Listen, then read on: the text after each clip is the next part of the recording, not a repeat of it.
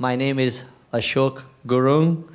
I'm the director of India-China Institute, and it's my great privilege to welcome all of you to today's special deliberation on prosperity amidst poverty and inequality. I'll just take a few minutes to really, first, as I said, thank you all for coming here, and to briefly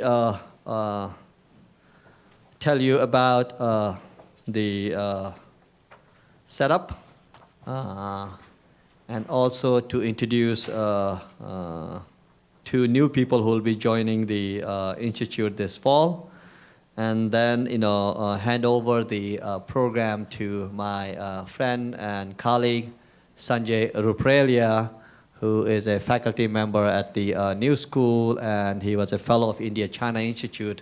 In fact, Sanjay was part of the second cohort of fellows that had about 15 fellows, 5 from India, 5 from China, and 5 from the New School, who worked on the issue of prosperity and inequality in India and China.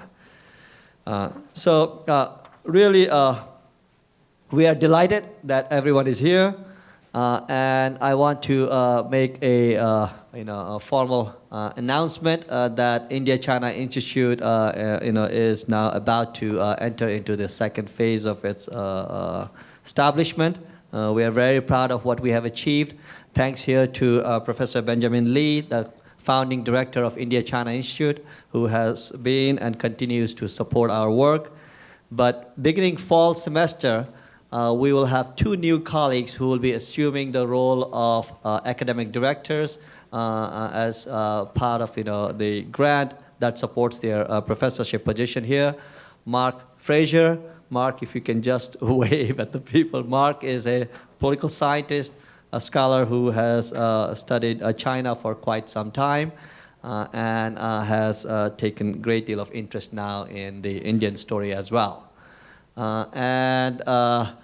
We have another colleague, good friend, Sanjay Reddy. Sanjay is sitting right there. He will be on the panel this morning. Sanjay is a professor in the economics department. We are anticipating him also to be the second, India-China Institute academic director. So we are really thrilled, because what it would do is it would add, much needed, new energy and new ideas. So our intent, as is reflected from what we hope to do today, is many of the topics that we have started, whether it's urbanization and globalization, prosperity and inequality, or sustainable environment issues surrounding sustainability and social innovations. Many of these topics will continue in the future, and we hope to add few more questions to our growing list of research questions. So now, at this point, really, what I would like to do is ask Sanjay Ruprelia to come and, both, tell the audience a bit about the intent and the conceptual framework, and also the format of today's deliberation. Thank you all, and hope, we all can enjoy the deliberation today. Thank you. So let me join Ashok in welcoming you all here. Thank you for coming. I'm sorry we're already running a little bit late. That's Indian Standard Time, as the old joke has it. But we'll try to catch up. So I thought I might just introduce the symposium, the rationale for it, very briefly before we begin. And I suppose on the one hand, it's self-evident, we would think. Over the last decade, a variety of scholars, commentators, have focused on this striking new phenomenon in India and China, certainly in perspective of even the last 50 years, of prosperity amidst inequality and persistent human deprivations, although the records of both countries are quite different, as we know. On the one hand, 3 decades of economic reform have led to very high rates of growth, structural transformations, and technological change in both countries. And yet at the same time, social inequalities, spatial, sectoral, regional, have also grown. And persistent human deprivations have also caught much of our attention. And as a result, in both countries, strikingly, we've seen lots of popular struggles over basic social opportunities such as education, health, and employment, as well as critical material assets. We just think about struggles over land and housing and water that have erupted in recent years. Increasingly, it's also been the case that corruption has caught the headlines. We just think of the Beauchile affair that has gripped so many people in the last few weeks, and which we've been discussing here at the Institute, and I'm sure most of you have as well. And as a result, we see widespread popular demands for greater moral integrity, political accountability, and even, dare I say, social justice, in the attempt by respective governments in India and China to enact a series of policies, measures, and reforms to expand socioeconomic opportunities and basic security of their citizens. Now, this, I think, is all fairly clear. I mean, there's a growing intellectual consensus, at least on the facts, so to speak. But there's much, much debate over the causes, character, and consequences of these facts. And that, in a sense, is the aim of this symposium. As Ashok mentioned, it very much develops from the second theme of the India-China Institute. And our hope today is to continue this critical multidisciplinary dialogue over these cumulative transformations that we've seen. And in order to do so, we've proposed the following set of nested general questions. The first, what are the causes and consequences of prosperity, deprivation, and inequality in India and China over the last 30 years? What are the drivers of each phenomenon in each country? And perhaps most critically, to what extent are they interwoven? Second, what moral imaginaries, legal instruments, political strategies, social repertoires, and policy responses have different actors employed to address these concerns? How have they fared? Do these responses represent a genuine attempt to challenge deep historical determinants of inequality, deprivation, and exclusion, or are they merely palliative remedies that seek to manage the myriad consequences? The answers to these questions, of course, are of critical importance to the citizens of India and China, which together represent over a third of humanity. However, given their rapidly increasing importance in the global economy, their resonance is far wider. We're very fortunate to have gathered here today a very exciting number of scholars, some including some of the leading figures in their fields, to address these broad issues in their own terms. Most of them are specialists of India and China in their respective disciplines. Our premise, our rationale in bringing them together, is to compare and to contrast, to grasp what is common and distinctive about each country. Ideally, though, it's also, and here I'll borrow a phrase by Professor Peter van der Veer that he made in a recent conversation we had at EC just a few days ago, to see if such a dialogue between India and China specialists might yield new insights into each country that otherwise would not have been possible if we'd examined them separately. And this is what we really hope to do. As you'll see from the schedule, we've divided the day into two broad thematic sessions. Each has two panels. Each panel will run for 90 minutes, and every panel has 3 speakers with at least one India and one China specialist to foster this sort of dialogue. There's also a moderator for each panel who will act as a chair and as a discussant. And in order to maximize the time for discussion, we've asked each panelist to speak for no more than 20 minutes, and the moderator then to respond with questions and comments for about 5 minutes. And that should leave us about 20, 25 minutes for some discussion. And hopefully, as we'll see, these themes also, they're distinct, they're not separable. And so hopefully the conversation will evolve over the course of the day as well. As Ashok was saying, we realize this is a very tight schedule. We're already a little bit behind schedule. But we hope, nevertheless, that it'll still allow us to stimulate a rich conversation. We actually will have someone who's a timekeeper in the front row, and it'll make the chair's job easier. So let me just end by thanking Ashok as the director of the India-China Institute for actively supporting this symposium and agreed, of course, many of the events here at the new school, as well as the staff and students at EC. And I'd like to particularly thank Grace Ho, Karthik Raghavan, and Marina Assis, who've really helped me in organizing this event and its logistics. I also owe special thanks to Sanjay Reddy, a friend and colleague, who helped me conceptualize the event, and as well as to Mark Fraser, our new incoming senior colleague at EC, who will be moderating the first session, who made quite a few helpful suggestions at a very critical stage. So with that, let me ask Mark to come and introduce the first panel.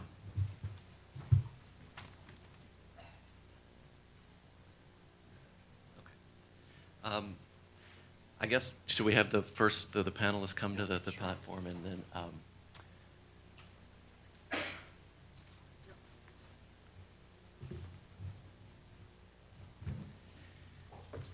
I'm following instructions, good instructions from Sanjay to, rather than give you, an extended biography of really speakers who don't need much of an introduction, you can consult your program where there are complete, concise biographies available for each of our speakers.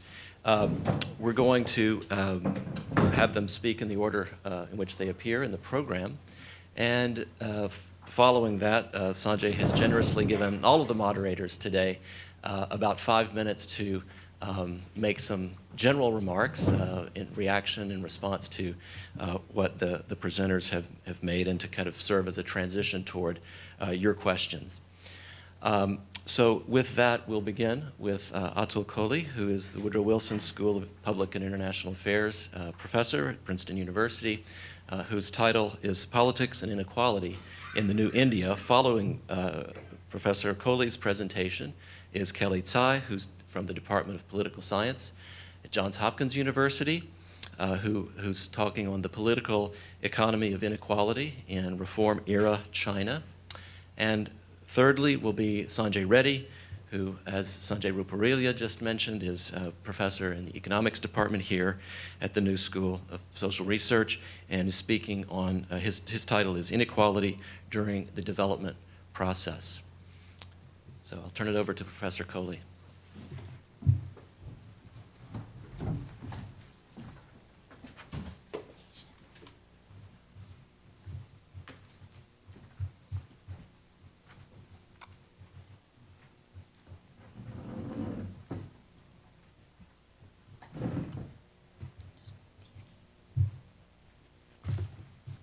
Thank you so much.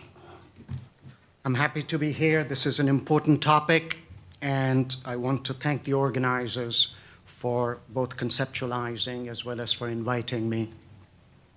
The importance of the topic struck me as I was preparing my remarks, and I suddenly felt the things I could say with confidence I thought about India suddenly did not feel as confident, because I said, if this is the explanation for India, why doesn't it work for China?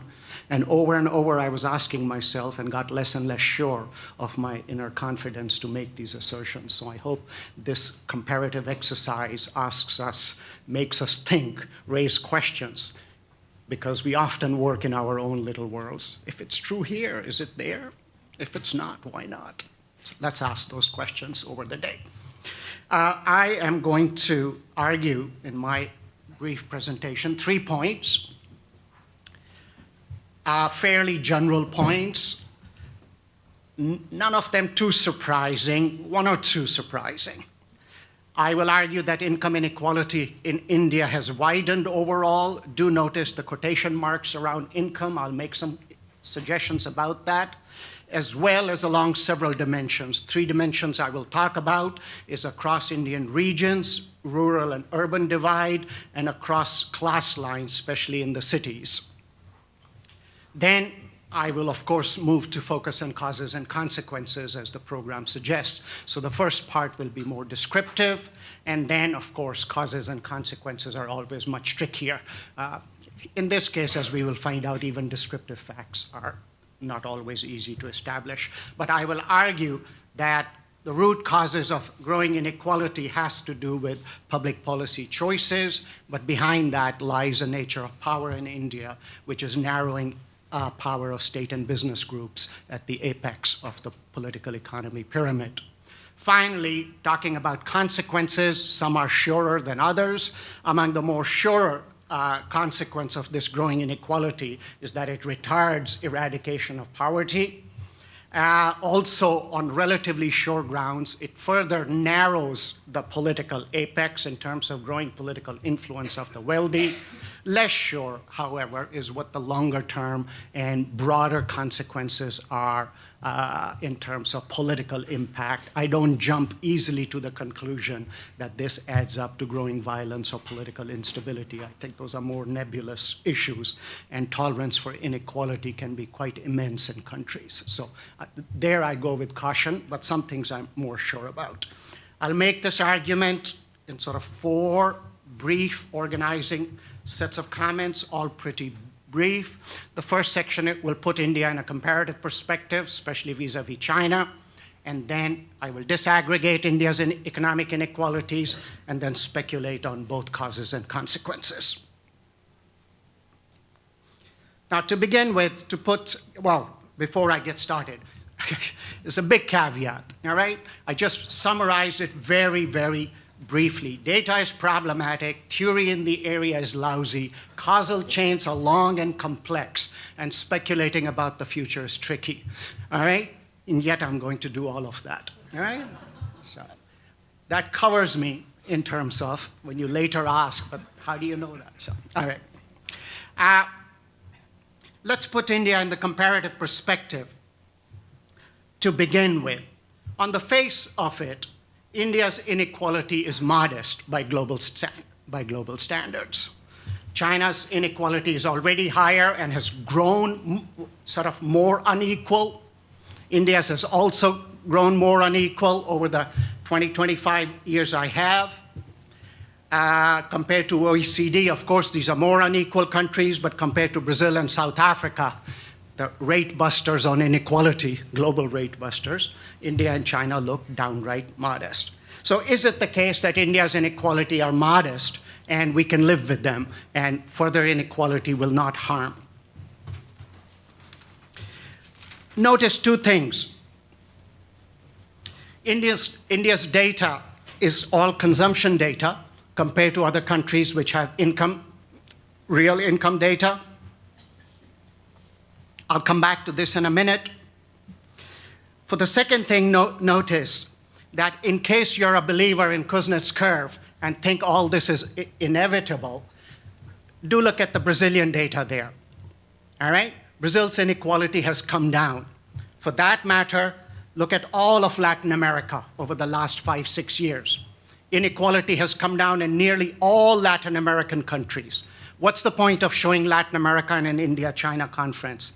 Not much, except that if you believe that these trends are inevitable, they're not, they're policy-driven. All right? So just to get us started, in case we are thinking somehow this is, I'm sure Sanjay will say more about this, he's the right economist to talk about it, but to put the issue, up front, these are policy-driven issues. All right. Now, if India's consumption data might be problematic, what can we say about income data? We don't have that for India, but we have some things here and there. So to get a good sense of what India's inequalities are really like, this is Piketty and Chien's data, which shows income growth of top 1% of Indians and Chinese. This is consistent with the earlier data. China is becoming more unequal more rapidly. The incomes of top 1% are growing faster. So this might suggest that both consumption and income data suggest that the trends are in the same direction, but not so easily. Big difference between India and China is the share of what percentage of population gets taxed. China's percent of population that is taxed, income taxed, is enormous. It's close to 20%, compared to India's about 2 to 3%. So look at that as at the bottom, the rust line. So India's income tax is a very small proportion of Indian incomes. We don't have data on after-tax incomes to compare India and China. What we do have, not terribly reliable, but sort of reliable, is wealth data based on asset surveys in India. And so what that suggests, keeping these earlier things in mind, is if you look at this, India's inequality looks worse than China's if you look at wealth distribution. Right? There are problems with this data. US is the sort of the rate buster when it comes to wealth inequality. but India is way up there. And so whether China has become more unequal or India has become more unequal is a bit up for grabs because the data is poor, but let's not run to easy conclusion as Arvind Subramaniam did in a recent op-ed piece saying India's inequality are downright modest. It's not true that they're downright modest. So that's just descriptive information. Now I want to get into the Indian case, which is what I was brought here to talk about, and disaggregate the Indian data.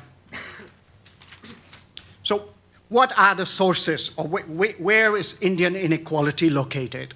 It's located in three big areas: regional inequality, rural-urban inequality, and growing class inequalities in the cities.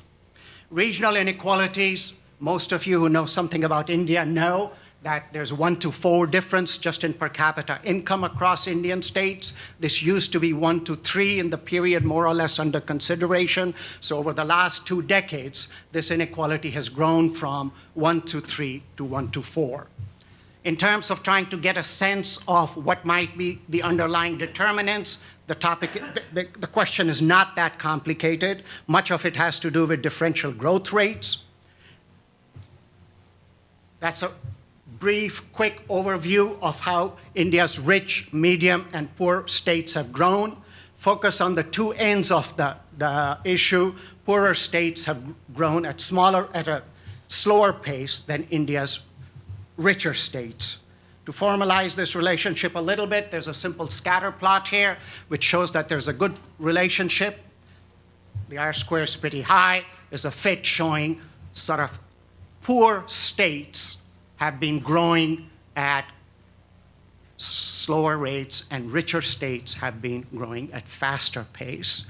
That is the basic explanation, the proximate explanation for why India's states are growing more unequal. The deeper explanation, I will come to what the political economy roots of that are. But keep the issue of growth pattern in mind, because that's a theme that will run through my 3 inequality issues, and then I will turn to political issues in terms of the underlying policy determinants.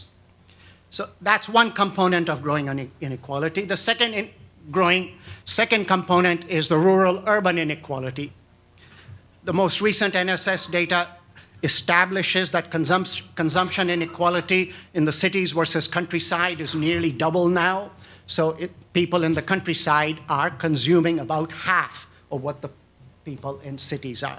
And so, most of us know urban slums. Even they look better compared to what's going on in the countryside. Again, if you're wondering about what the roots of this difference are, large part of the story is differential growth rates. Just look at that data, look at agricultural growth in the middle, and in the end period there, or look at the 1991 to 2008 period, which we are looking at, and the figure is about half of what the growth in service sector as well as in the industrial sector is. So once again, growth pattern is the issue. Finally, there's increase in class inequality in India. Urban Gini is up sharply. The recent data suggests it's up close to 0.4.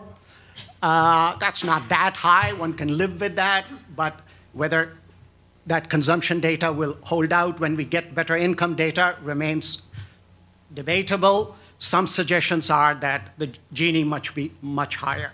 Why is this class inequality growing? This is where I had to stop and think with the China comparison, because the answer that came to my mind was we're not creating enough jobs, that India's growth has been jobless, it's been skill-intensive growth. But then I was thinking, China's growth is labor-intensive. They have created a ton of jobs, and inequality is growing there too. How can this be a right explanation?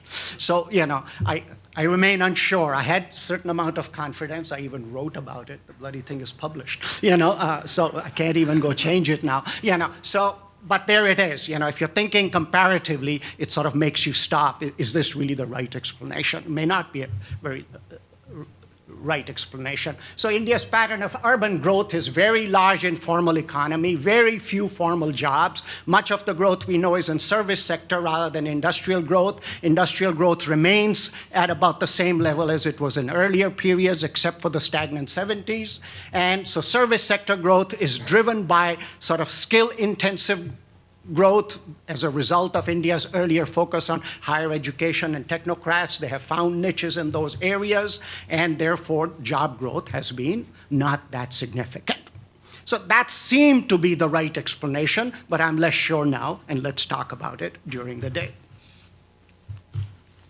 All right, so those are some of the descriptive facts. Even with questionable data, I think they're reasonable to focus on. Now, the question of roots of inequality, what might one say? Here, I'm surer about some arguments than of others. I think it's important to keep in mind that some inequality growth is par for the course. There are higher returns on scarce talent and capital. As you get higher rates of economic growth, you're going to get some inequality. So people who are talented, people who have capital will get more.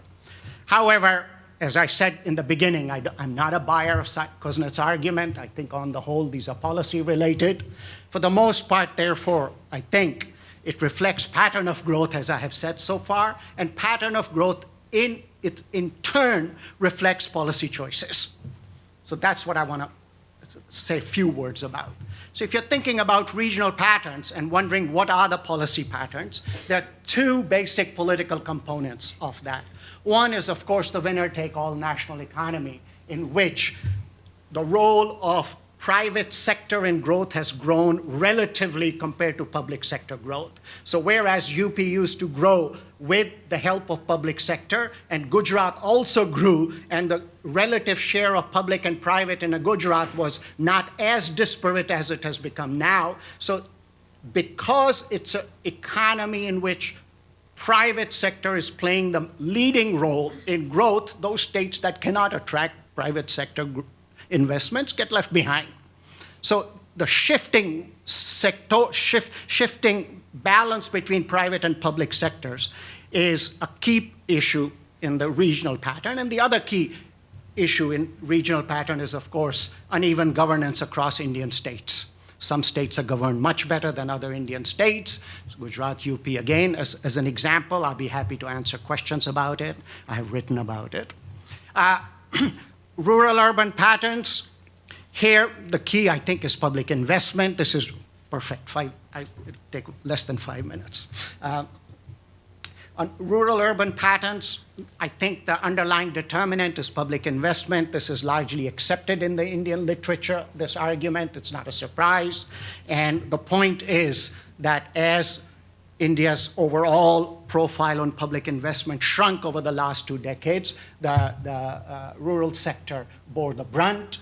And as a result, agricultural growth has not done well, and we are able to see the impact on growing consumption inequality. On class inequality, India has provided very few deliberate incentives for labor-intensive growth. So we have jobless growth. As I said, I'm less sure about this argument. I want to think about that more. But I think that still remains true for the case of India. So what we are noticing across these areas are the policy choices that Indian government has taken. Why has it taken these policy choices, right? So far I have related the pattern of outcome to growth pattern to policy intervention, and now to the political issue of why these policy choices were made themselves. This I'm going to go over very quickly because it's a complex issue. I have just written on it, just published a book. If anybody wants to know more about it, I'll be happy to talk more and question and answer. But my argument in the book is that you can provide causal links between how India is governed by a narrowing coalition of state and business elites and the policy choices they're making. And the key link here is the declining role of public investment. I think that's at the heart of a fair number of these issues of growing inequalities.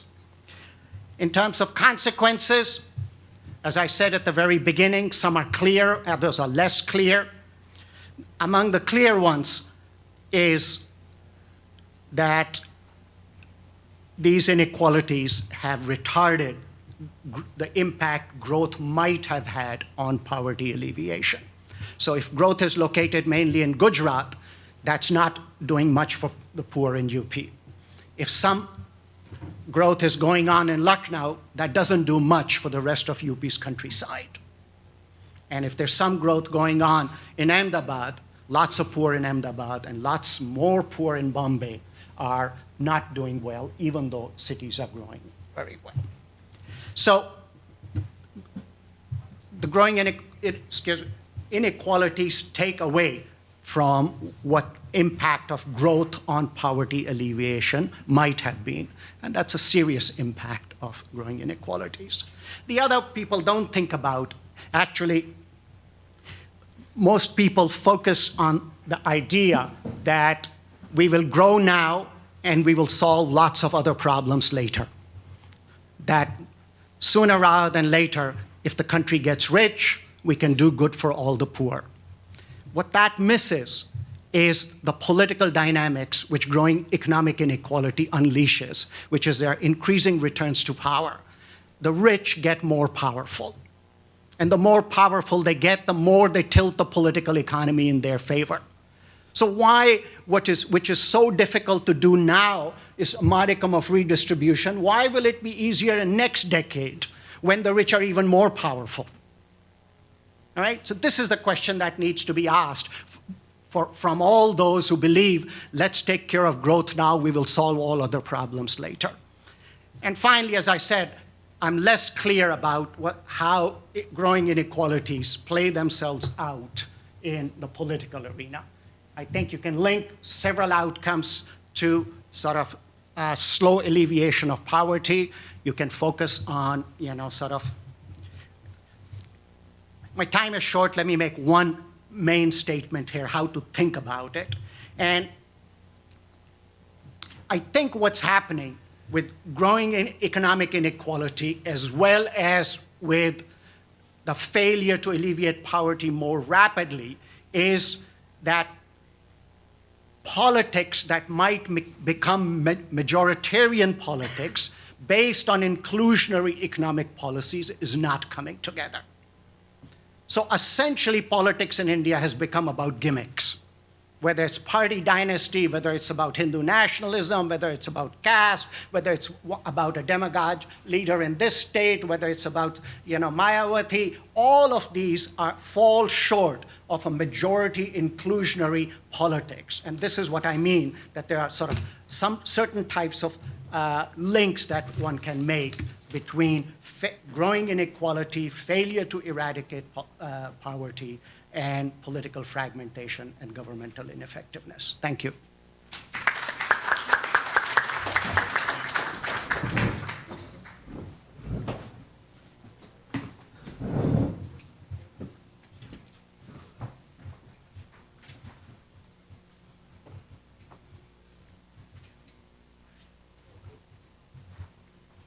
Great, thank you. I'd like to thank the China Institute for inviting me to participate in the symposium, and I'm just absolutely delighted to be here, and I've already learned so much. Oh, India, China. Okay. India, China Institute, yep. Anyway, I've already learned much from yesterday's discussion of the papers by emerging scholars.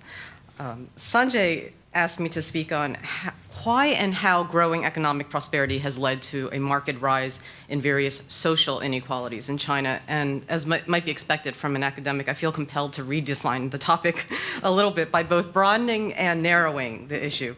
Specifically, rather than starting from the premise of growing economic prosperity, I think it'd be constructive to take a step back and think about the issue of contemporary inequalities within the broader context of economic reforms in China.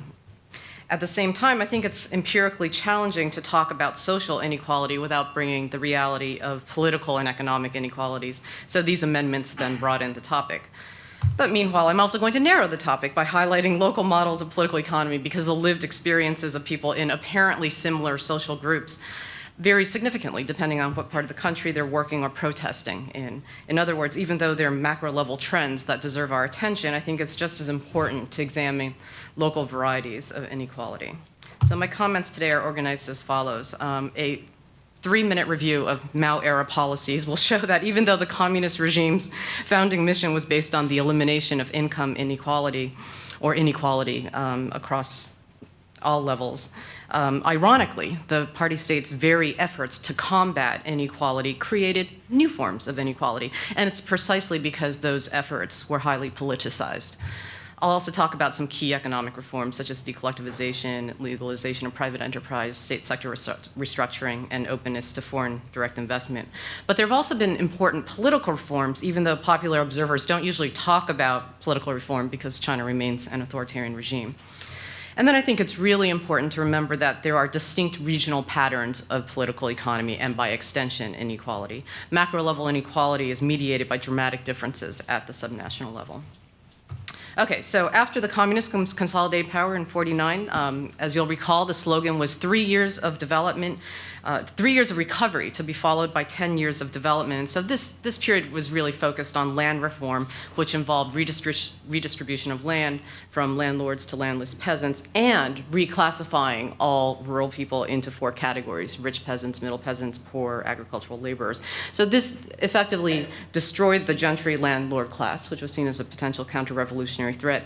It also increased agricultural output, and during this period there was a permissive attitude towards small-scale private commerce, just as Lenin did under the new economic policy in the Soviet Union. Then the first 5-year plan shifted in focus to heavy industrial development, which was modeled under Stalinist tutelage with technical assistance from the Soviet advisors. In rural areas, there was intense agricultural decollectivization, where households formed mutual aid groups and which amalgamated into agricultural producer cooperatives and then ultimately larger level collectives. And this phase effectively abolished private ownership of land. The first 5-year plan was also a period of state building, which involved the establishment of the State Planning Commission and various bureaucracies and ministries to oversee the plan. So here, the PRCs transitioned into a party state staffed by bureaucrats and civil servants, not just revolutionaries. The upshot of this is industrial centers. During the first 5-year plan, there's the creation of new political and economic elites. Party state cadres and workers in state units had guaranteed employment and guaranteed wage employment and access to better social services, in contrast to farmers working on collective farms. Okay, so towards the end of the first 5-year plan, there was intense debate within the party about what the next 5-year plan should look like. And Mao didn't think China should continue along the highly centralized bureaucratic planning model of the Soviet Union. Relying on the Soviet model just seemed to reflect a lack of national self-confidence. So China needed to be self-reliant. To increase the diversity of policy options and open up public debate, the Politburo launched the 100 Flowers campaign. At the beginning, the intellectuals were a little nervous about the sudden freedom to speak out, but then they started criticizing both the evils of bureaucracy as well as the Chinese Communist Party itself for ignoring the humanitarian ideals of Marxism, and this was clearly going too far. So 1 year into 100 Flowers, poisonous weeds were starting to appear, and the center launched an anti-rightist campaign to weed out these bad flowers. And by the time the purge had run its course in 1958, over 1 million party members had been expelled from the Central Committee. Had been expelled from the party, and the Central Committee then formally approved Mao's radical 12-year program for agriculture, which led to the Great Leap Forward. Now, while the first 5-year plan focused mainly on developing heavy industry, the Great Leap was an extremely ambitious attempt to pursue rapid growth in both urban and rural areas. It was an attempt to narrow the gap between town and country by industrializing the countryside and ruralizing the cities. It was also an attempt to catch up with Britain's level of economic development in 15 years.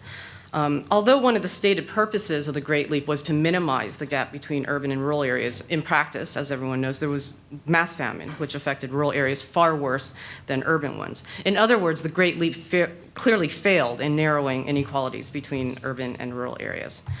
The Cultural Revolution represented yet another effort to rectify inequalities that had emerged between the new political elites of the party state and the masses. Party officials were subject to mass criticism, intellectuals were sent to work in factories or farms in remote parts of the country, and urban educated youths were sent to the countryside to work and live with peasants. Okay, so the reason that, oh, there we go. Okay, I fell behind by one slide, excuse me.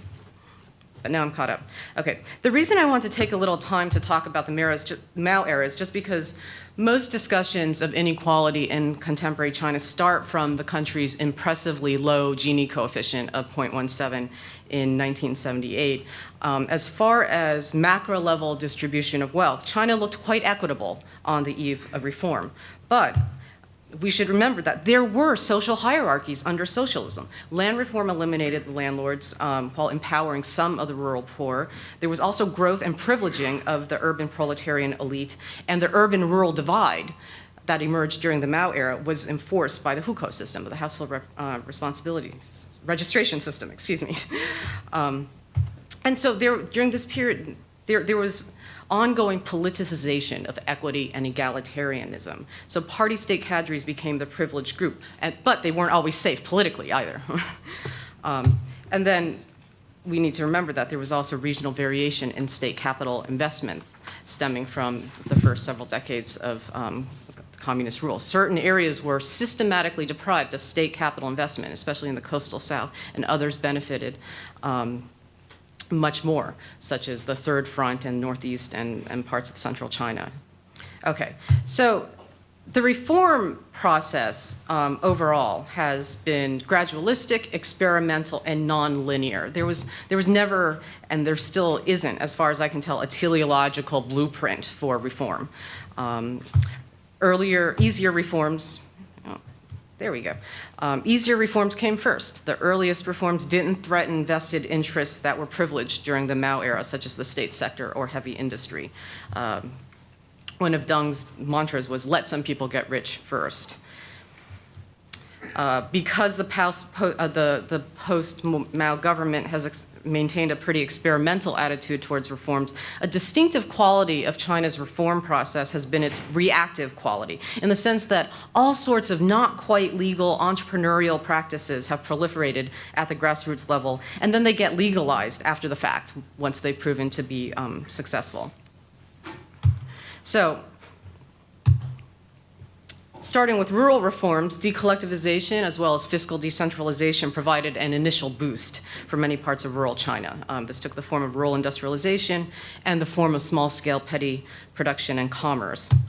Openness to FDI really helped the original designated special economic zones in coastal cities that had ties to overseas Chinese.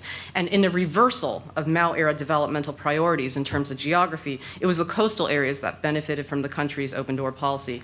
And it was only later on that other parts of the country were opened up to FDI. The go inland policy for attracting FDI to 6 central provinces wasn't even launched until 2009.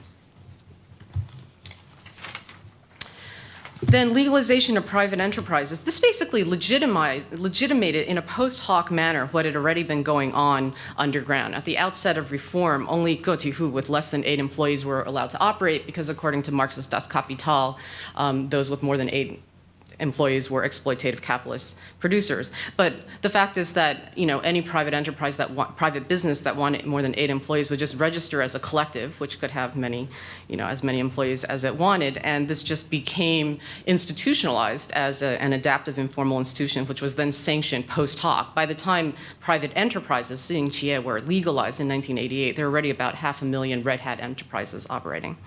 Okay, so when people talk about socialist reform and transitional economies, they're usually thinking about state sector reform, but in China's case, this came much later, not until the 90s.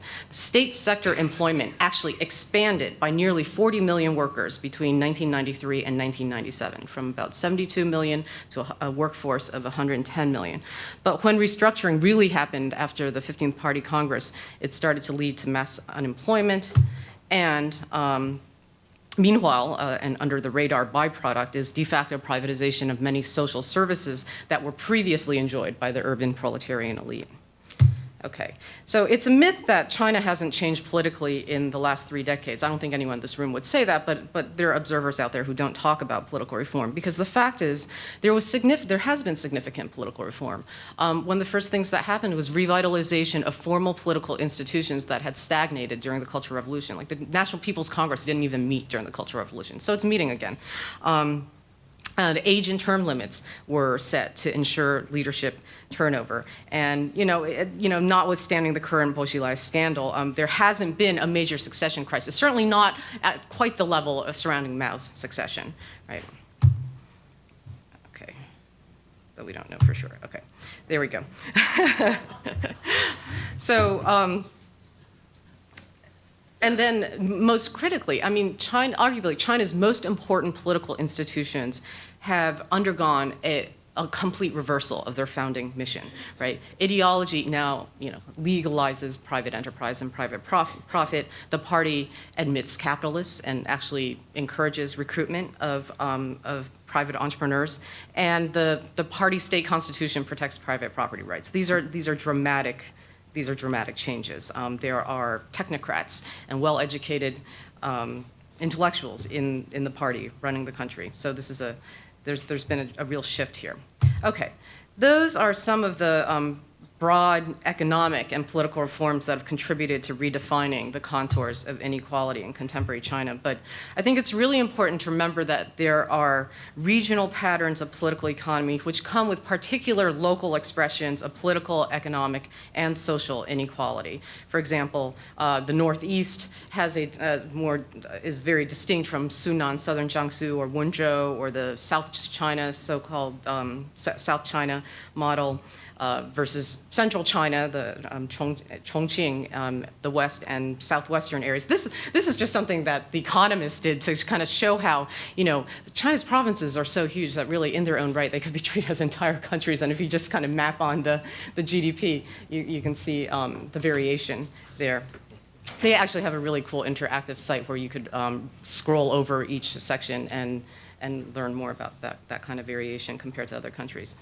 Anyway, the point here is that being a factory worker or a private entrepreneur is a completely different experience in, let's say, Zhengzhou versus Guangzhou, and that's a reality that isn't captured by macro level measures such as, the Gini or the Tile Index. For example, Wenzhou in Zhejiang is known for its early start on private sector development. As with most of the coastal south, the center intentionally deprived Wenzhou of state capital investment during the Mao era, and Wenzhou also has very limited arable resources. So even during the 1970s, the local government was already allowing private markets and private household factories to operate. And Wenzhou is also known for having a particularly large volume and rich varieties of informal finance. Then there are localities that prioritize FDI. This happens to be Xiamen. Private entrepreneurs have a much harder time operating in the localities that prioritize FDI. And it also makes a difference what type of FDI is prioritized. Multinational Western FDI versus investment by overseas Chinese has implications for different implications for labor conditions, as C.K. Lee and others have found. Those owned by overseas Chinese are those factories have much worse labor conditions than those run by Western and Japanese investors. Okay, then there's the so-called Sunan model, which started out based on township and village enterprises in the 80s and 90s. And the conventional narrative about rural industrialization in China taking off after agricultural decollectivization is very much based on Sunan areas. And it wasn't like that for many parts of rural China that lacked strong communes during the Mao era, or for areas that were extremely remote or impoverished. So in the Sunan model, by the late 90s and early 2000s, it shifted to really heavy reliance on FDI. So I think here, Tom Bernstein and Liu Xiaobo's classification of China into just two areas, agricultural China versus industrial China, is far too rough of a cut.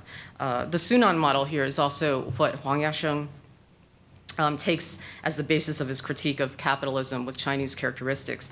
Huang has been making the argument for several years now that China's reliance on FDI and the dominance of the state sector has come at the expense of developing a larger private sector with innovative capacity. But Sunan is only one model of one developmental pattern of political economy, and neoliberals view the Wenzhou model as being a better alternative for China's developing China's indigenous capacity. But the Sunan versus Wenzhou model is actually quite well tread in the literature. Last year, the domestic debate shifted towards the Chongqing versus Guangdong models of development and whether Bo Xilai or Wang Yang would be appointed to the Standing Committee of the Politburo. And this happened this debate was happening well before Neil Haywood died, before Wang Lijun fled to the US consulate in Chengdu, and before Bo Xilai himself was removed from Chongqing and the Politburo. So when Bo Xilai succeeded Wang Yang as party secretary of Chongqing in 2007, he initiated this local development strategy that's far more populist and Maoist in orientation and emphasized growth in the state sector. And under Bo Xilai's leadership, half of Chongqing's budget was spent on healthcare, housing, including low-income housing, pensions, rural education, and other progressive public services. According to Victor Shi, much of this public investment was financed through about 1 trillion renminbi in debt. So the longer-term sustainability of this model raises the same types of questions that people have raised about the Kerala model. Chongqing also allowed a program for allowing 10 million rural migrants to get an urban residency permit, an urban hukou. Meanwhile, Bo Xilai also revived red culture by promoting Maoist slogans and songs and tweeting Maoist songs onto people's cell phones. And he encouraged urbanites to spend time in the countryside, crack down on organized crime and corruption. So all this striking black and singing red business stands in sharp contrast to the so-called Guangdong model. Decades before Wang Yang became party secretary of Guangdong, Guangdong was already at the forefront of market-oriented reforms since Shenzhen was the first special economic zone that opened up to foreign direct investment. So the Guangdong model represents a more neoliberal approach to economic development. Wang Yang has called for small government and continued opening up and reforms, including experimenting with democratic elections in response to local unrest. So speaking of social unrest, I'm sure that others will be talking about this more in the afternoon session on reactions and responses from state and society. But for now, I just want to flag that there is considerable regional and local variation in the expression of discontent, even among apparently similarly situated groups, such as laid-off workers. Local governments deal with workers' protests very differently in the Northeast versus Shanghai, for example.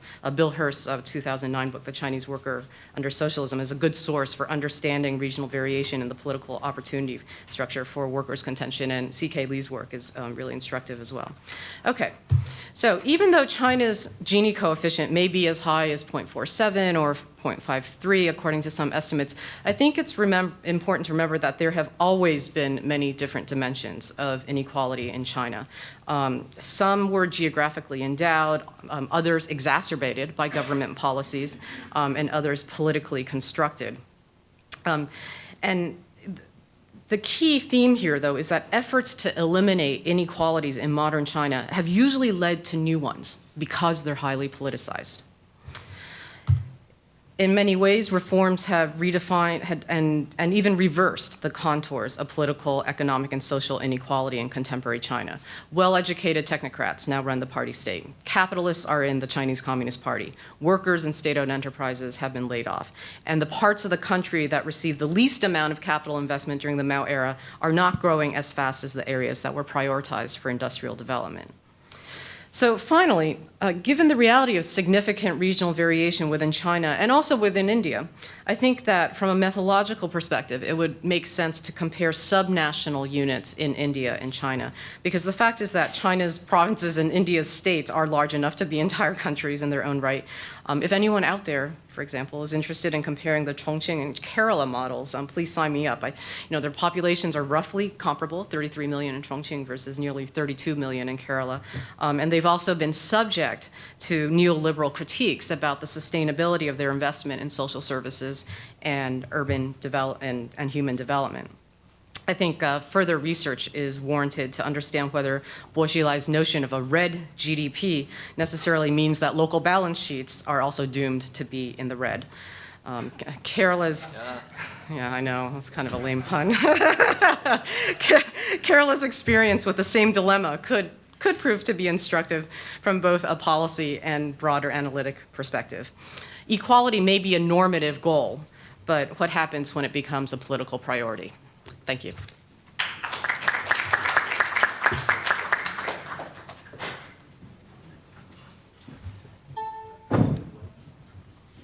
Okay, we have the lights up, please? I don't need this.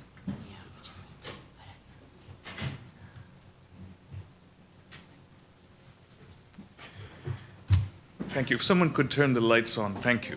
Thank you. Splendid. I guess I do need this piece of technology. I feel as if there's very little point in my speaking after these two very informative and excellent predecessors, because they have both, I think, really laid out the issues and the empirical storyline in both of the countries, India and China, very, very beautifully. And from that point of view, there's not very much for me to add. Happily, I was not planning to spend most of my time on the empirical facts of the matter, so I'm not going to have to throw out my remarks and come up with new ones. What I was hoping to talk about, for the most part, is the question of how we think conceptually about the mechanisms which are involved in generating inequalities in these two countries and indeed elsewhere, and how a broadening of our conceptual frame as to what are the relevant mechanisms might be helpful in understanding India and China and other countries as well. As many of you may know, the pattern of increasing inequalities, which has been observed in India and China, has been observed in a very large number of countries around the world in the last 2 decades. And this is a finding which I think is one which is generating an increasing consensus. And so there is a question as to what are the mechanisms which are at play.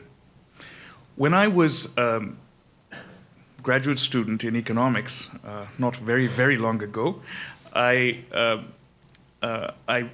recall very much an atmosphere in which it was not considered very interesting or very important to raise these particular questions. And if one wished to broaden the standard model, the standard reasoning as to what were the conceptual mechanisms, or the mechanisms which could be conceptualized, which underlay inequalities in the process of development, or the dynamics of inequality in the process of development, this was not something which generated a lot of interest, and if there was any interest at all, it tended to be approached in a rather narrow way. I remember that my PhD oral exam and general exam prior to that was given in a room called the Kuznets room at Harvard. And the Kuznets room had a plaque in it which said, first there was theory, then there was measurement. And I think that exactly the opposite is true. First there is measurement, and then there is theory. And this is a realm, Kuznets' realm. Kuznets, as you know, was famously concerned with the dynamics of inequality in the process of development. This is exactly a realm in which this truth is underlined, that theory has to catch up with the facts in the world. And I don't mean here to invoke the joke about economists, which is very apt, that they ask, that they note it works in theory, and they ask, but does it work? It works in practice, and then they ask, does it work in theory? Of course, in asking, does it work in theory, they usually have in mind the question of whether they can fit into their very narrow template the facts which they observe in the world. And here I'm suggesting exactly the opposite, that we ought to broaden the template. Or throw it out altogether, better yet. Before I move on to that, let me just refer to a debate which I'm not going to address, but I think we should have in mind throughout the day, which concerns why it is that we should be concerned about inequalities at all, especially in developing countries in which there is mass poverty, and the pressing concern seems to be to reduce, if not eradicate, as the UN likes to rather ambitiously say, absolute poverty. And there are many arguments which one can present about this, and I think one of the compelling ones has been presented by Professor Kohli, which is that the the inequalities which are generated today have ongoing implications with respect to the character of the political economy. And that will influence not only the pattern of inequality tomorrow, but it will also very possibly influence the pattern of deprivations tomorrow.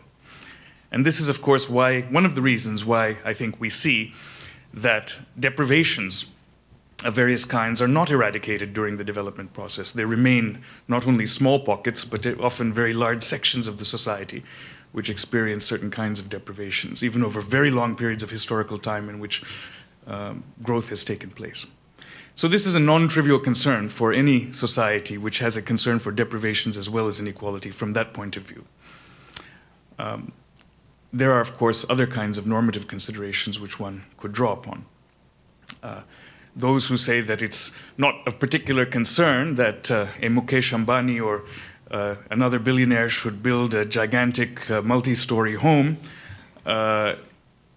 will, I think, do well to also think about the broader question of citizenship and what are the requirements of equal citizenship and participation as equals in society, something about which Neeraj Chandok has written very beautifully in a recent article in EPW, addressing the philosophical debates on global justice and the concerns for elimination of absolute deprivations and for relative inequalities in that debate. And she makes, I think, a powerful case that one cannot be only concerned with the former. But that's really by the by. So to return to the question at hand concerning how we think about these problems, let me make one more damning statement, not only about economists, but economics, which is that a little knowledge is a dangerous thing. And this carries over, of course, to the way political scientists have often used, not the distinguished company here, but others have often used the little economics they know. I think, for example, of how the debate on globalization, which took place in the 1990s in the academic literature, was really about what mainstream economists call the 2x2x2 model. The model in which there are two countries, two factors of production, capital and labor, and two goods, which are produced using those two factors of production. This, as all of you can see, is a very accurate description of the world. And in that particular model, there are some very definitive conclusions which can be derived, which people like Ron Rogovsky and others wrote entire books about, and which became the subject of considerable discussion in the academic literature.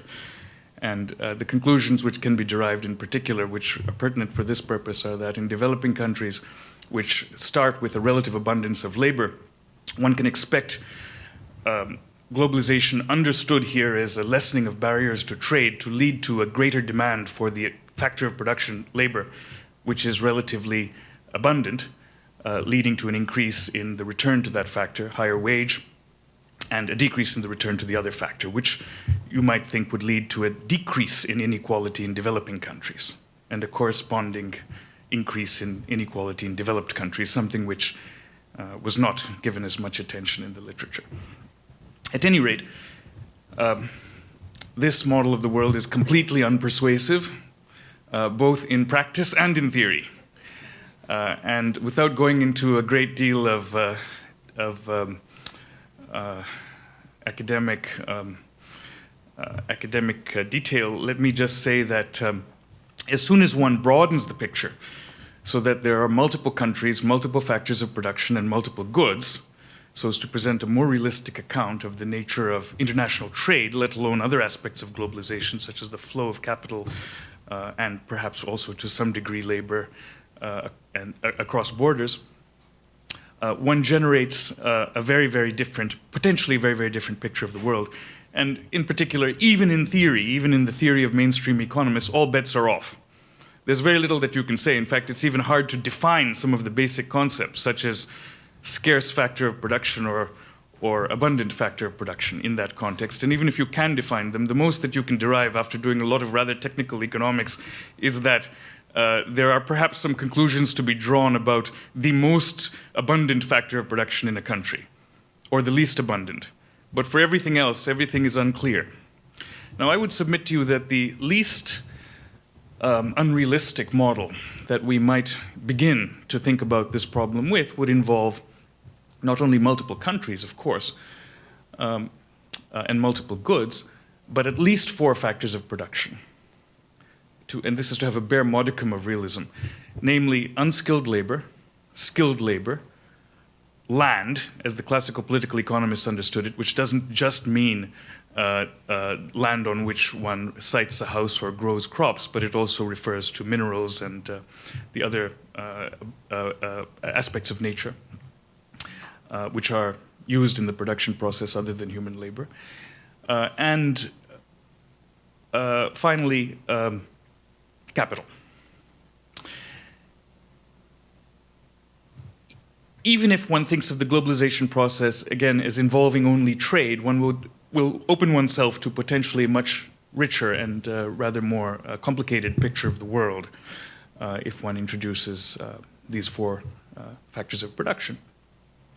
And in particular, one can now imagine a world in which the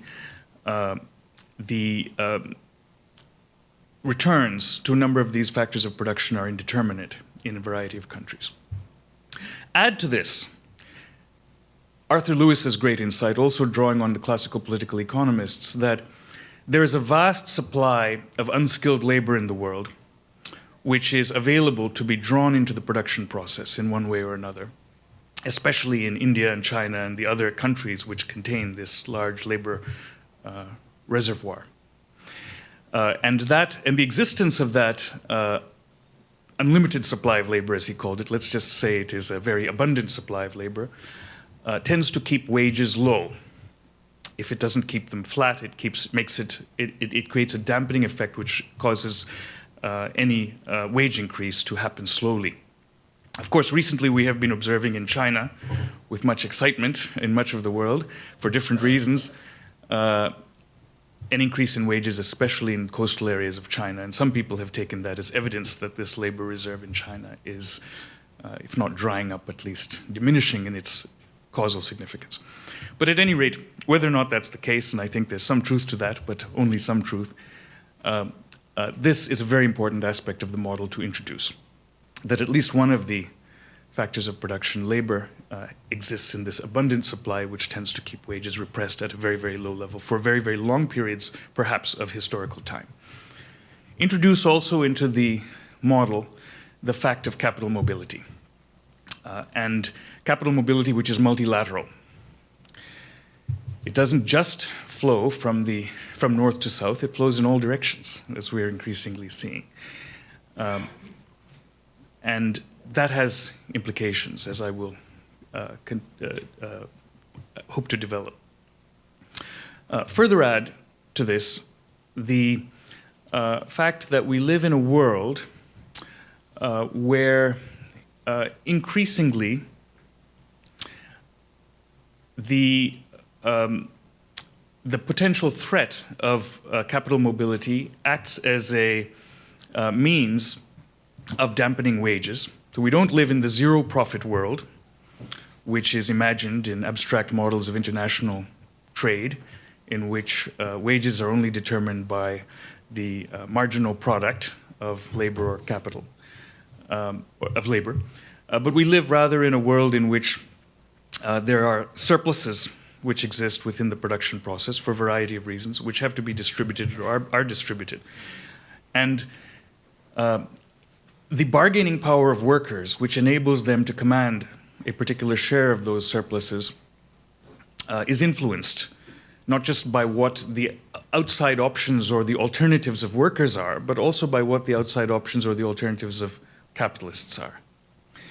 So the possibility of relocating production, not necessarily to a substantially lower wage location, but simply the possibility of relocating production to a location in which there may be some advantages for capital for one reason or another, can generate an effective threat which causes a dampening of wages.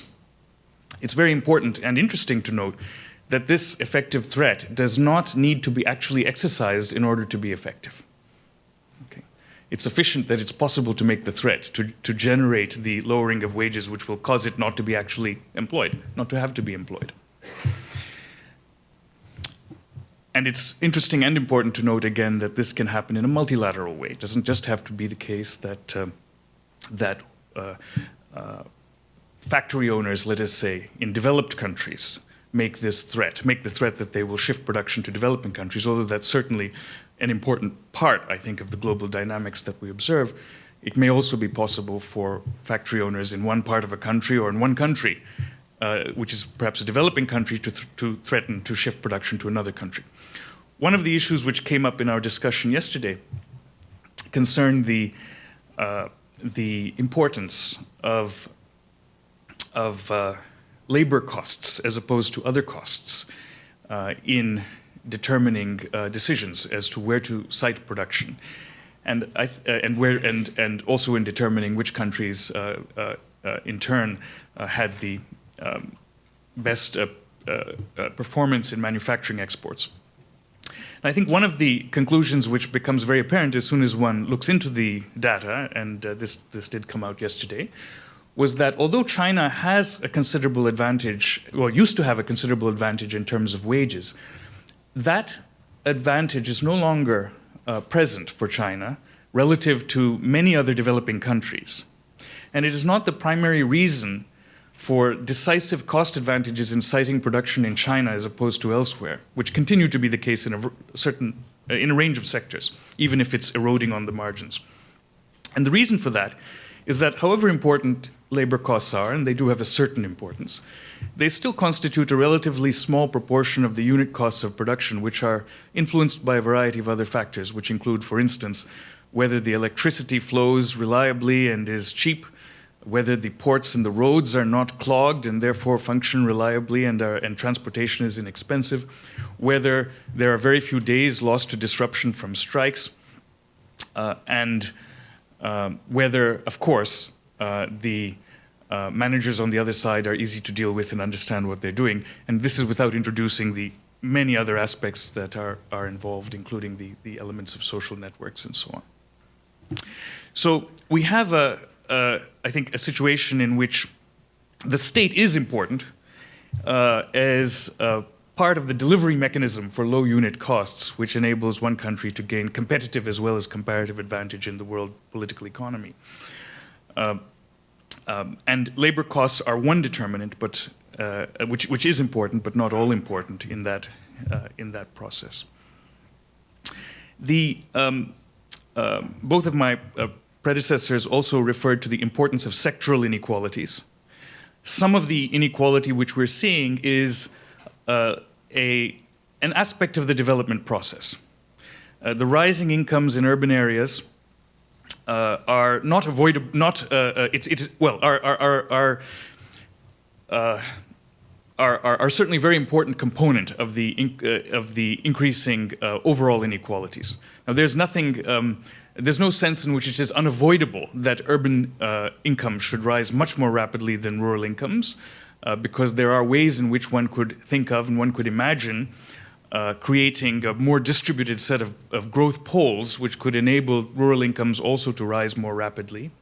The investment in rural infrastructure, rural roads, rural telecoms, rural power, which has been largely neglected, certainly in India in recent years, would be one example of kind of investment which would facilitate that. But it, I think, has been seen around the world that urban incomes do rise more rapidly than rural incomes in the development process. So this is to some extent something which is understandable. It doesn't necessarily involve urban bias, which is determined by policy. According to a recent ADB report, which has just come out, about 2/3 of the increase in inequalities which is observed in Asian countries is due to this sectoral factor, the more rapid increase in urban incomes as opposed to rural incomes.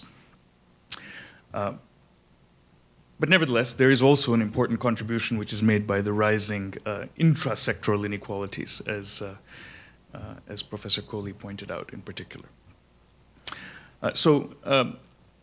Any effort to address the underlying causes for increasing inequalities would have to attend, very crucially, to alleviating the intersectoral gap in incomes, and in particular to engaging in more substantial investment in the rural sector, but it would not be it is not the only factor which is of importance. To my mind, the crucial conclusion, I have only 2 minutes, I see, maybe one now, so I'll try and wrap up, to be derived from this experience, the experience of India and China in the last 25 years, is that one should not be the victim of some particular a priori theory in thinking about the dynamics of inequality, and also other dynamics of growth. One has to, I think, as much as possible, have a supple framework which allows for a multiplicity of factors to play a role, and to understand the processes of cumulative causation which are involved. Professor Kohli pointed out that the pattern within Indian states is one of divergence, not convergence. All of the standard economic theory suggests that there should be convergence, not divergence, but we see divergence. The income doesn't flow to the poorest states.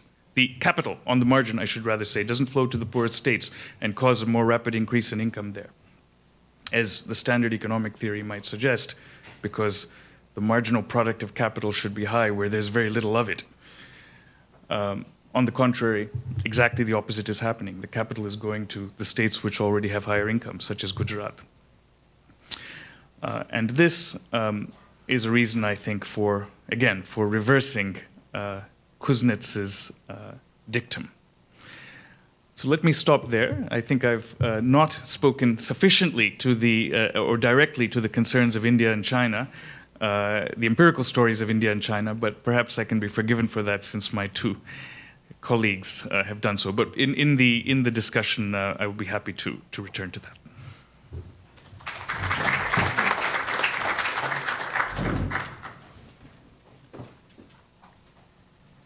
Well, let me thank all three presenters for making my job very easy. I just have some remarks to, as I said earlier, transition from their presentations into your questions. And three general points that I'll try to get through as quickly as possible in these 5 minutes. But one is, and the sociologists in the audience will probably already be thinking about this, but the important distinction to be drawn between inequality and what's usually called stratification. That is to say, if inequality is a particular distribution of income, of assets at any given time, stratification is the reproduction of that structure of inequality over very long periods of time, generations, in fact. And in these debates over inequality in China and India, we do see a lot of discussion on the facts, trying to measure household incomes, asset distributions, returns to education, of course, which becomes an explanation for income inequality. But I completely agree with Professor Kohli, who I think most explicitly put it, that this is policy-driven, in the Indian case anyway. I think it could be said the same for China. It's important to think, I want to emphasize, about the long-term historical processes that were highlighted in Kelly's presentation, in which states play a very important role in stratification. Charles Tilly, who wrote so many wonderful books, published one in 1998 that in my view, is relatively undercited, but it's called Durable Inequality. And in that book, he notes that states do what he always wrote about states doing, which is drawing these boundaries, passing laws, distinguishing populations with those regulatory and legal frameworks. And we saw this in revolutionary or Maoist China also, of course. And then, as Tilly explained it, that once you have these classifications drawn, you reproduce existing forms of inequality by setting off all sorts of scrambling for resources, what he called opportunity hoarding. And this, of course, involved groups mobilizing to defend scarce resources, to defend their protected positions, and subordinate groups mobilizing to claim those resources as well. But essentially what he was worried about was the hardening of these state-defined inequality processes. And as I mentioned earlier, from my reading of China anyway, since 1949, this certainly resonates. When we talk about inequality in China today, it's very important to bring the pre-reform or Maoist period into the picture as Kelly's brilliant overview, very brilliantly concise overview did in her presentation. The second point is, I think was also raised in Professor Coley's talk, was how much do people really care about inequality? And this is an important question because we assume when we see the number of mass incidents rising in China that, well, and we see the inequality rising, that one must cause the other. In fact, it's not so easy. There's a book aptly titled, because it captures his thesis so well, Martin White's book entitled The Myth of the Social Volcano, in which he does a national survey randomly based on spatial sampling models of Chinese citizens, and his survey results show that, in fact, the respondents on balance don't seem to care that much about inequality, that they have this view that hard work and education and talent will bring rewards. And they are highly suspicious of officials and how they've gained their wealth, and they're very concerned about corruption, but they're remarkably tolerant of inequality and accepting, at least, of the risks and rewards of the market economy in which they operate. The people that were most concerned about inequality in his survey were educated urban residents and not so much farmers and migrants that he surveyed. Now, is this faulty survey methodology? Is it effective propaganda and censorship, a lack of information, something else? I'm not entirely convinced by all of White's findings, but I think it's very important to consider public perceptions of inequality and how we go about measuring what people are thinking about. And of course, the limitation on survey research is that, people say one thing and then they behave another way. So I'm more in favor of looking at the latter in terms of how people think about and act upon inequality. Thirdly, and finally, and hopefully most briefly, what are the possibilities for redistributive policies and reductions in inequality, of getting the Kuznets curve, which is supposed to go down, the Gini coefficient is supposed to go down by natural structural transformations. But when we're talking about these large, unevenly distributed economies of China and India, what is it going to take? Or is there some kind of inevitable baseline level of inequality and stratification that particularly appears to be the case in some of the other economies that were cited in the panel by the panelists? What policies can governments in India and China realistically expect to enact that would redistribute wealth, that would reduce income inequality? Is a labor-left political coalition that seems to be a necessary condition, if not sufficient condition, in some of the OECD or the West European history cases of welfare state generation? Is that what we have to see in China, in India? I think generally the panelists now have offered some rather pessimistic predictions, majoritarian inclusionary policies seemingly not likely to happen, Professor Coley says. Kelly reminds us that efforts to eliminate inequality invariably lead to new ones. And Sanjay reminded us that the models of the economists out there haven't even yet captured what's happening in developing countries. And I think as I was listening to his very interesting discussion, I was reminded of the point that markets are political creations, and therefore redistributive policies or regulations that are placed on markets are also political creations. I hope that is an effective way of summarizing what were three very rich presentations. I believe we have a mic or a roaming mic in the back here. Just raise your hand, and we have two roaming mics, and we have lots of questions. So I'll let our roving mics make the decisions. What I will do, yes, Sanjay, you have a.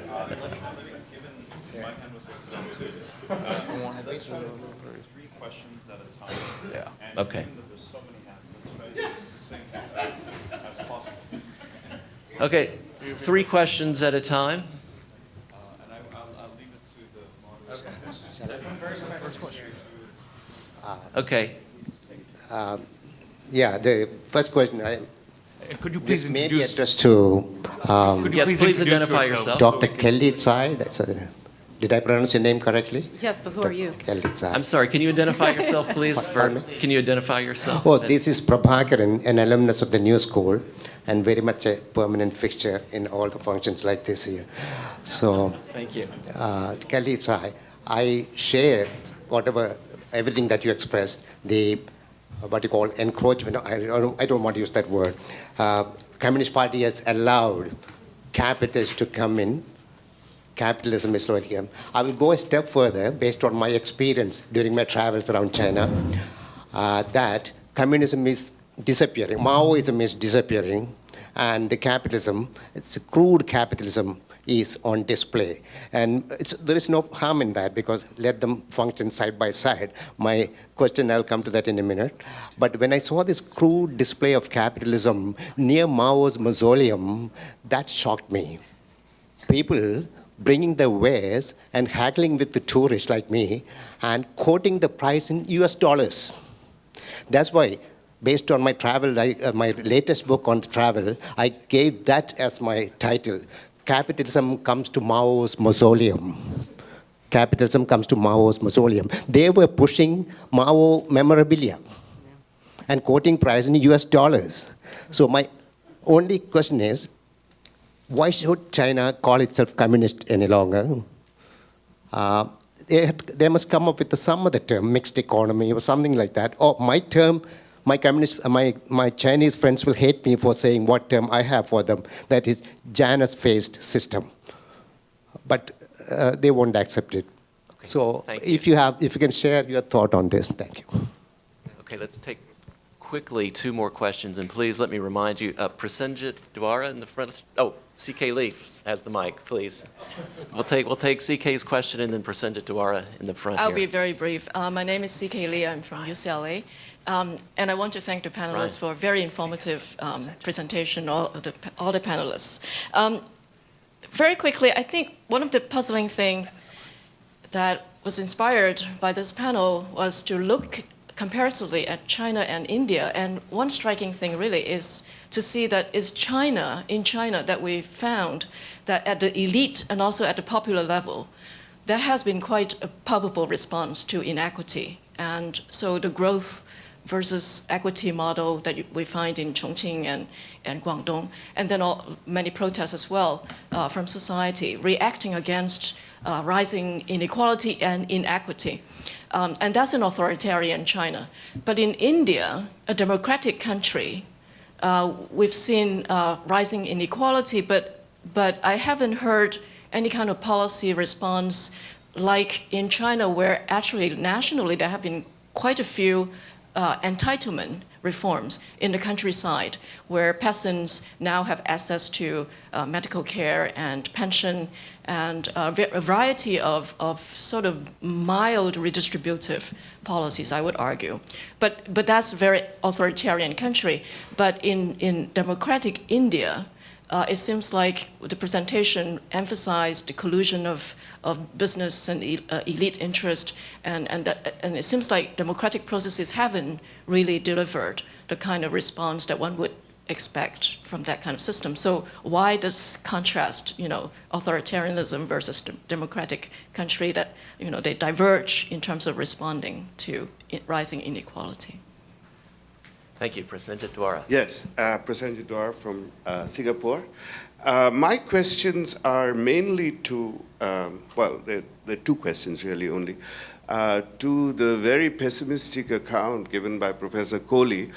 And I'd like to ask first what the whole informal, this is just a question from ignorance, informal economy, I mean, how is it measured in all of these Gini coefficients and so on, and GDP and so on? And would it sort of conform to have to deal with a more supple theory that Sanjay was talking about, to try and bring in considerations of how the informal economy can be measured and understood? And I know Kelly has also done some work on that. My question is, if in fact, Professor Kohli, your argument is that the future is going to be even more bleak in India, how is it that the Latin American countries, Brazil and so on, which had such high Gini coefficients, brought theirs down? I mean, is there a point at which this happens? And just another clarificatory question. is the decline in public investments in agriculture, how is it related to the arrival of subsidies? Well, which preceded it, of course, but I mean, how does that, these particular subsidies that are supposed to be targeted at the poor, but like in electricity and so on, but which really go to the rich? Okay, that's 3 questions. We'll have the panelists answer those, and then we'll let you raise your hands again and come around with the mics. Professor Kohli, you had a lot of the. You want to start with the, and then we'll let all 3 go. Very briefly, the first question. I'm sorry, I don't know your name. You suggested that you implied that there are no responses to the inequality, poverty issues from the state, and isn't this a conundrum given democracy versus China? I think it would be misleading to say there are no responses. Whether they're effective or not is the right question. There's a very substantial government-sponsored employment program in India right now called the National Rural Employment Guarantee Scheme, which is one of the largest public works programs in the world right now that Indian government started about 5 years back. How effective it is, it's up for grabs, but it would also be wrong to say it's not effective. It's generating 30 to 50% of what it was hoping to do in terms of rural employment for the poorest of the poor. Whether it will raise the margin enough to show up in Gini, probably not. Whether it will show up in poverty surveys, probably yes. It will probably make a dent in poverty, but not show up, not be enough of a dent to show that the Gini is reversing. So that's the first point. To Professor Dwara's point, measurement of informal economy is terribly complex, but it does not affect our discussion of inequality, because the issue is household surveys are capturing what people in these informal economy in one slum or another are consuming. So the issue of how much of the economy is informal is a nightmare for those who calculate GDPs and sectorals and this and that, or sociologists who study informal economy. For both economists and sociologists, it's a nightmare. But for us, it's less of a problem because that inequality does get captured in household surveys, assuming the NSS surveys are doing their job. Latin America decline, it's a brand new trend, right? The reversal and, sorry? 10 years, yes. I would like to think it has something to do with the coming back of the left in Latin America. Whether I can trace those causal linkages, it appeals to my sort of leftiness, but I don't know. The scientist in me will be able to trace those causal linkages or not. I'm a little more sort of iffy about that question, because one of the troubling data that came out of Brazil, what might be behind this decline in Gini this was a paper at Oxford a few years back, is that during the bad years, the rich lost more than the poor. So over the last decade, when you see a decline in Gini, it may be that the rich have not caught up with what they have. So I don't know. I do not know the research on this.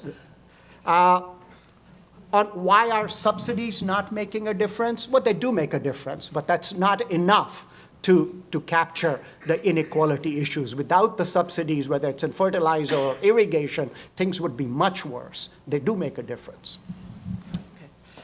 Okay. In response to the gentleman who wrote, capitalism comes to Mao's mausoleum, I just want to point out that actually, even during the Cultural Revolution, Wenzhou entrepreneurs were collecting scrap metal from state-owned enterprises and making Mao buttons and selling them for profit and making dumplings. So, I mean, there has been a commercial impulse. It's not purely a recent phenomenon. Why should China call itself communist? Because the Chinese Communist Party still monopolizes political power. So unless the party is going to change its name, it's working on rebranding and doing ideological acrobatics. I think the official ideology is now Marxism, Leninism, Mao Zedong thought Deng Xiaoping Xiaoping theory of the three represents, and building a harmonious society committed to scientific development. So as long as you just keep adding suffixes to it, it can still be the same party. I mean, it's just a name. But officially, China, it calls itself market socialism with Chinese characteristics, and it's very flexible what can be accommodated in that. It's subject to open interpretation.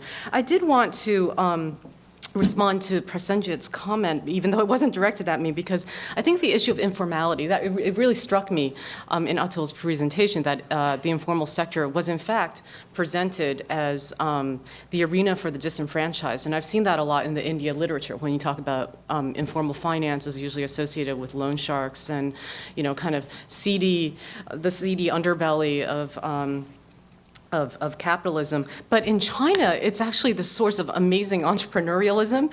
It's the inspiration for reforms that bubble up. It's actually an area that's incredibly vibrant and has sustained and developed the private sector despite lack of support from the center. And so I think what's going on there is clearly the informal economy and informal dimensions of the economy are segmented. Right, there are people who go to informality for different reasons. Some out of lack of other choices, others to interpret creatively the possibilities that aren't given by the formal sector. And I think there's room for further comparative research on that particular dimension. I shouldn't monopolize the microphone. Thanks. Let me just quickly respond to Prasenjit Duara's point. I'm not sure that we should take the supposed, and this is also, I think, in response to Atul Kohli, I'm not sure we should take the supposed decrease in inequality in Latin America too seriously. It is true that it's a measured decrease, but this is a measured decrease which is fairly small. It is general across most Latin American countries, but really it's fairly small numerically. And it is also what we observe in consumption or income surveys more generally, more frequently in Latin America, which really don't cover the top end well. Needless to say, you cannot knock on a billionaire's door and receive a report, accurate report, or indeed any report likely, as to the billionaire's income. This is not a problem that's exclusive to billionaires. It actually goes rather far down, which is why the kind of work that Piketty and company have been doing on trying to get at the incomes of the top end using other sources, such as income tax data, is useful. So I'm not completely convinced that there is a bona fide story that's really of substantial importance that's going to withstand scrutiny over the longer term, but let us say that I'm willing to be convinced. Now, as to why it is happening and what lessons this has for India and China, there is a woman called Roxana Maurizio, who is an economist who is visiting the New School from Argentina, whose presentation I heard the other day, who tries to disaggregate the sources of the decrease in inequality in Argentina and certain other countries. And one of her findings is that most of the decrease in inequality is driven by growth in employment and growth in wages, which is associated with, on the one hand, increases in minimum wages, which is a policy variable in some sense, but also with informal sector employment that comes from increasing demand for the services, in particular, of informal sector workers. It's not driven by manufacturing primarily. Latin America is very much in the situation that it's not competitive in manufacturing relative to China. So it's largely service demand linked. Now, India has also had, and China increasingly also has, a pattern of relatively jobless growth, India in particular. And this is very interesting to understand in this connection. Most of the growth in employment in India which is observed is in services, but still it's not substantial enough to generate an overall market pattern of increase in employment. And there are some speculations that this has something to do with in turn, with the inequalities in the development process. That the fact that the increase is largely urban and increase in incomes is largely urban and is also confined to a small group of people, those people who live in the Belgium within India, to use the phrase that Lance Taylor and Eduardo Amadeo used in the 1970s, means that in turn the consumption demand of those people is largely for import-intensive commodities or commodities produced in manufacturing processes which are not very labor-intensive. Whereas a more egalitarian pattern of increase in incomes would in turn bring in train a pattern of demand for goods and services which would be more egalitarian, generating a virtuous cycle which does not currently exist. This is, of course, a complex counterfactual, but I think there is a case to be made for that. And let me just make one more comment in that regard, which is that it is certainly true that the least inequality increasing but deprivation reducing period in China's growth was the period where there was rapid agricultural development, the first phase in particular of Chinese reforms. And as the Chinese industrial pattern has shifted toward producing more complex products and also producing them in a more capital-intensive way in the coastal areas, the employment generating impact of the industrial development which has taken place, although real, although present, is much less labor absorbing than it would have been otherwise and than it was in some sense in the past. One way to think about this is the following. The modern industrial plant in China looks not very dissimilar from what that plant would look like in Brazil or even in the United States. There isn't that much shifting of the technique of production away from capital intensity and toward labor intensity. It's more or less the same method, the same technology, the same industrial plant, often using in advanced industry robotics and other methods, which is employed. Now, this isn't true in garments, but it's true in certain other sectors, let's say automobiles. There are some variations in technique with greater labor intensity being employed, but not to a considerable extent. Okay, thanks. No, I'm not done. I'm sorry. I will. No, you can tell me that I can have a minute, but you Okay. just because I'm in the middle of a sentence. I'm sorry. I was just given instructions, but I'm sorry to interrupt in the middle of the sentence. And we're not at I the didn't end of the realize. panel, I don't think. No, please continue. If I could remember where I was. Oh. So and this is increasingly the problem in India as well, that to the extent you have manufacturing employment growth, it's happening in this kind of a way,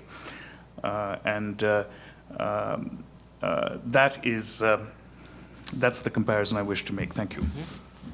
Okay, thank you. We're going to have time for 3 more questions. We're going to stop at 11:10 for a 5-minute tea break. Ryan, can you give the mic to Sanjay Chaturvedi here, and then the gentleman here, who I know is a journalist from Nepal. Thank you, Chair. My name is Sanjay Chaturvedi. I'm from Punjab University, India, and a fellow at India-China Institute. I quite agree with Professor Atul Kohli that inequalities are policy-driven. But my question is to him and to other panelists as well, that if we look at Jawaharlal Nehru National Urban Renewal Mission, JNNURM, I wonder whose policy is at work, because you see a nexus of big capital, international financial institutions, and the state machinery. So mapping inequality in a case study, for example, Mumbai, becomes extremely complex and difficult. Because if we look at consequences of inequalities, then what we are looking at in Mumbai is what Oren Yeftakhel would call creeping urban apartheid. You have ghettoization of Mumbai. You have this very complex geography of enclosures and erasures. So I wonder, within this very dynamic and complex context and this case study, how do we map out this universe of policy and policymakers? Thank you. A question from a China specialist, Vivian Xu. I'm Vivian Xu from Oxford University, and my question is for Atul Kohli. You said, Atul, that Indian politics has become about gimmicks. And I wondered if you would, I fear I'm asking you to summarize in 3 minutes a book you have written, but if I may, I wonder if you could say a bit more about that. Is that the ailment that we find so universally in electoral systems at this moment in history, showing itself in India as well? Or is it connected to the larger point that I thought you were making about the narrowing of the state-business coalition? And if the latter, then could you say or point the way toward the mechanisms that you think are at work there? And a question here, and then can you pass your mic to Nero right behind you when you're finished with your very brief question? My name is Prakash A. Raj. I come from Nepal. As India is a federal country and China is a unitary country, I wonder if the pattern of inequality has something to do with the India being a federal state and China being a unitary state.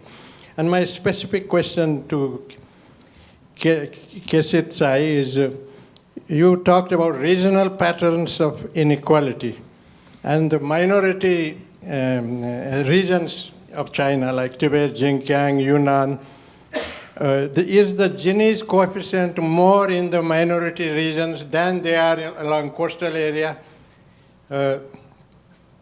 And my question to Professor Kohli, you talked about political fragmentation, and that was not slightly clear. Do you mean the mainstream parties becoming marginalized and parties like BSP or Samajwadi Party increasing their clout? Or could you explain that? Or do you mean smaller states? By political fragmentation, do you mean smaller states? And I also have the same question as I asked Professor Sai. In India, you have division of power between center and states.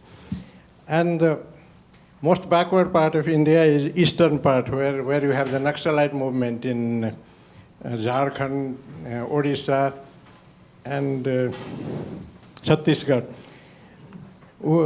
There is supposed to be a large proportion of scheduled tribes in those areas, tribal areas. Would you say that although India was a democratic country for 50 years, more than 50, 60 years, would you say that the system of government, being a federal country, there was not enough power given to the states, or even though the power was given, they did not do to address the question of inequality? Would you say that? And the final question from Neera, who's right behind you. And then my apologies to those of you who've had your hands up, but we have another panel on the same theme, so please take a crack at the next Q&A. Thank you, Atul, for that very comprehensive and insightful presentation. Just 3 quick questions, which I'm sure you've considered in your larger work. The first is that capital is not only investing in India, it's also extracting from the poorest states. And the amount of, the number of corporates that are involved in extraction of resources, both natural as well as mineral, from the central India is truly awesome. The second is that popular movements have blocked capital investments in many, many parts of India, particularly West Bengal, Lalgarh, and the other case study. And thirdly, I'm sure you've considered that the biographies of individual capitalists also depend upon the political dispensation. So the great corporate that has ran the Formula One in Noida 3-4 months ago, and also built that major flyover from Agra to Delhi, is now down in the dumps because the government in Uttar Pradesh has changed. So does that tell us something about the balance of power between the capitalists and the Indian state? Thank you. Is that... Okay, in 6 minutes, not saying 2 minutes per speaker, but Sanjay, would you like to begin? No, I don't think any question was directed to me. Thank you. Oh, okay. I'll address the issue of whether India being a federal system and China being a unitary one is relevant for this discussion. I mean, yes, technically China is a unitary system, but it's also pretty decentralized, and various political economists have examined China as a so-called market-preserving federalism structure. So I think, it's more relevant to look at the fiscal situation, how centralized the fiscal system is at any given point in time. And probably more relevant is the cadre evaluation system, or what are bureaucrats and politicians rewarded for. If, for example, equality were as important as attracting foreign direct investment and implementing the family planning policy on cadre evaluation performance reviews, I mean, what would that look like? That's just a thought experiment. Is the Gini higher in minority areas or in coastal areas? I believe it's higher in coastal areas, but I would have to check that empirically. And the reason, too, though, that I don't think the Gini would necessarily capture it is that there are so many rural migrants in urban areas as well. So if you look at it like that, then I would say definitely it's higher in coastal areas. I think that was it for me. Thank you. Those were fine questions. I'm glad the audience is involved, and I hope we will continue that way even after lunch when people are a little tired. The first question on urban policy. Sir, I'm not sure I'm the best person to answer that question. It's not a subject I study in great detail. What I would like to do is put you in touch with Shahana Chattaraj, who's sitting there and who has just finished a first-rate study on Bombay on urban development. So after this talk, maybe you two should have a conversation and she can help you think through some of those issues. I will address Vivian Shu's question. Vivian Shu and I go way back. We are co-authors. What did I mean by gimmicks? Does it seem to indicate a broader trend in electoral politics? I will shy away from how broad this trend is, but in case of Indian politics, what I did not have time to develop, but I will say now in response to your question, one needs to distinguish between the electoral track of politics and the policy track of politics. In the policy track, certainly at the macro level, India is relatively sophisticated. There's no nonsense gimmick going on there, sort of macroeconomic policy, variety of foreign policy makings. It's relatively sophisticated. The trouble is they don't know what to do because so many of decisions that they take there do not seem to include the rest of body politic bring them under their fold. Then the drama falls into the hands of those who must mobilize majorities. Come every 4 years or even more often. They love elections. Somebody has to sort of come up with a solution for mobilizing electoral majority. And that's where gimmicks enter the whole thing. And that everybody is struggling with a different legitimacy formula, trying to understand what will catch the public imagination, what will make an electoral wave. In different states, there are different issues. Related to that, at the national parties, they don't know whether Sonia Gandhi will do the trick, whether Hindu nationalism will do the trick, and so the struggle goes on. This is related to your question of political fragmentation, sir. This is what I was getting at, not the smaller states issue. It is inability to form majority governments in India as a result of having given up on inclusive politics in a substantial way. Once you say majority of the population is not going to benefit from economic growth in a ready way, you cannot sell that as a social democratic sort of platform, which used to be able to sell before without really delivering results even then. But at least the legitimacy formula was social democratic. It used to mobilize majorities. Our leaders didn't do much in terms of giving solutions, but it was there. Now that's not on the cards. Occasionally, Congress Party flirts with inclusive growth, and people are not sure how seriously to take it. So the issue is there is a struggle going on within the Indian ruling class, the political class, how to mobilize electoral majority without delivering on real social democracy. And given half the population is very, very poor, they don't have any easy answers, and hence the gimmicks and political fragmentation. Neera had interesting comments. The only one I will address is the popular movements sort of coming in the way of capital. As you know well, and the rest of the audience may not, much of that is about land. Sort of land has become increasingly a terribly scarce commodity in India's growth process. And so anybody who is even mildly sort of populistically inclined forget the CPM, who actually stood for supposedly poor people, the communist government, is in this deep conundrum. If you want industrial growth, you got to come up with land. That often means throwing peasants off. So the struggle is now on how do we have reverse land reforms in terms of acquiring land. And in the end, I think India will find a very market-oriented solution. They will pay people more than the land is worth to get it, so it gives even higher returns. In the short term, there are all kinds of issues going back and forth. There is no long-term solution but a market solution given India's political economy. It may not be just, you and I may not like it, but in the end, that's what will emerge. And whether that will be enough to do good for the poor remains, as usual, up for grabs. Thank you. Join me in thanking our panel.